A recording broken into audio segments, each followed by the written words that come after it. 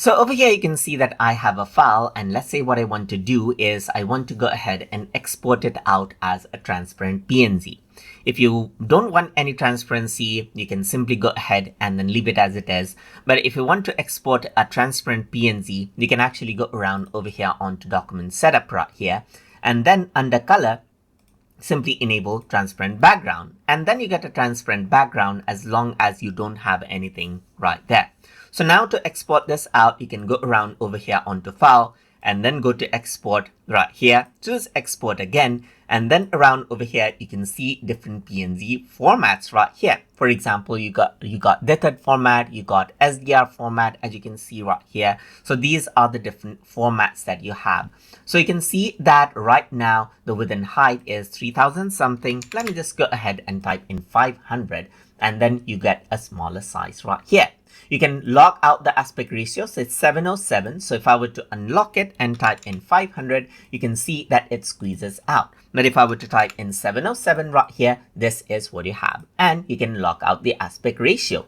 So apart from that, you can see that you can choose resampling methods as well and choose an area as you like as well. And you even have an option to not export out hidden layers right here.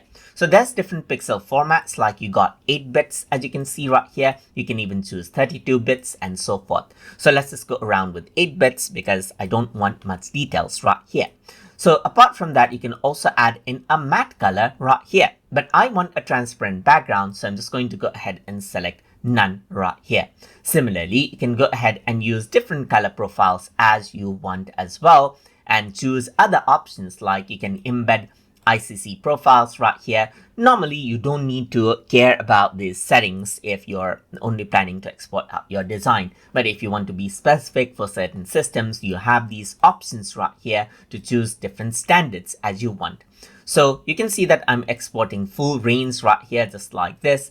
And I can even go ahead and use palletize right here to palette out with some colors. But I want some details, so I don't want any of these. And you can see that I can palletize and choose the range of colors that I want to include as well. So there's different options for palletizing as well. But let me just go ahead and remove this. And you can see that I can embed out the data and then export this out. So over here, I'm going to say sample right here, and let's save it right here. And that file will be exported.